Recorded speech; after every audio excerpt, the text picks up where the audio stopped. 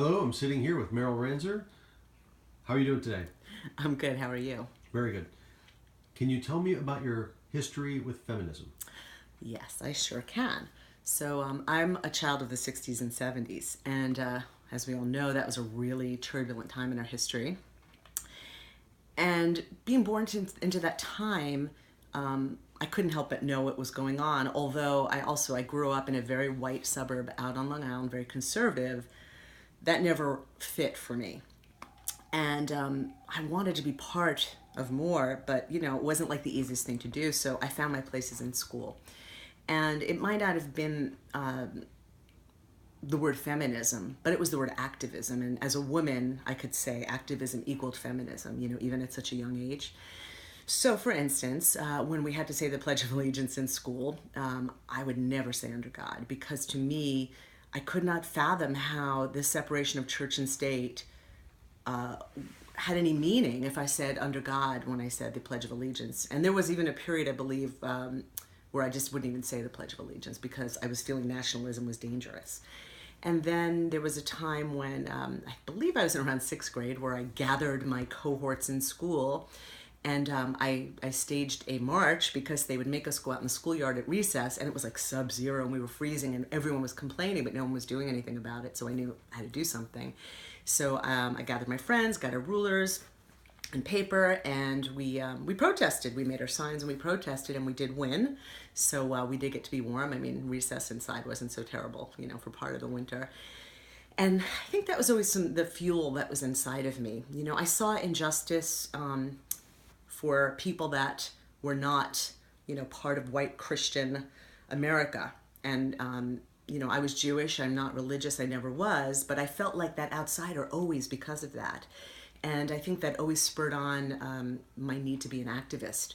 And then, in the 70s, when the ERA ratification didn't go through to the states, I remember feeling devastated.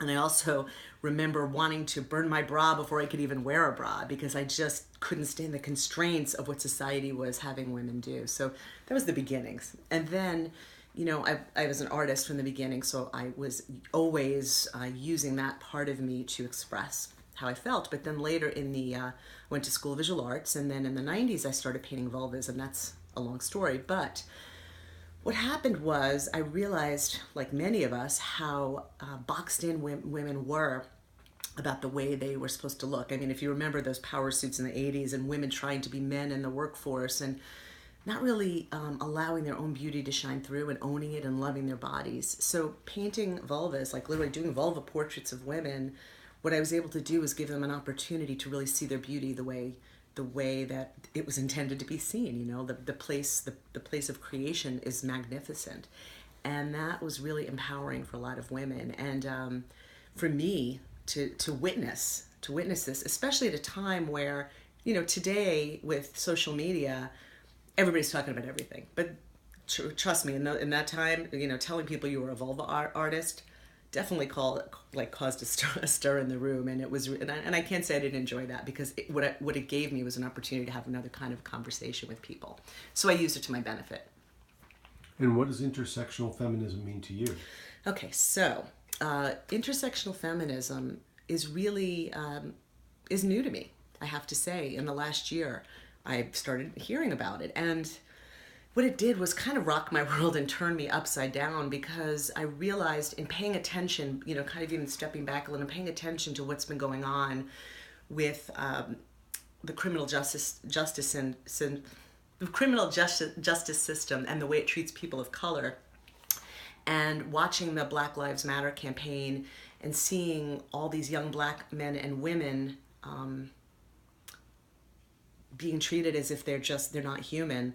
That opened up a lot for me. And then learning about intersectional feminism, I knew that everything I'd learned before was missing something so huge, which was the social justice aspect of it, and the going back in time to the civil rights movement and bringing that into feminism. If we look back to the beginning of feminism, what we see was white feminists being very exclusionary, and maybe they were fighting for their lives, and maybe they didn't know any better. I can't judge because I was a kid at the time. But we can't do that anymore.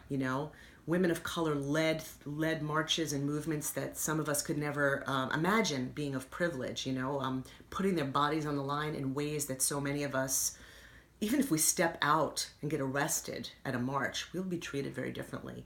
And so I feel really strongly that we need to talk to each other, and we need to work together, and we need to follow, and I need to shut up and listen a lot more than I talk these days, because there are people out there who've done so much more than I have, and just because they were raised as a Black woman or a Latino woman in this country. And so intersectional feminism means to me we're going to come together, and as white women we need to learn a hell of a lot more.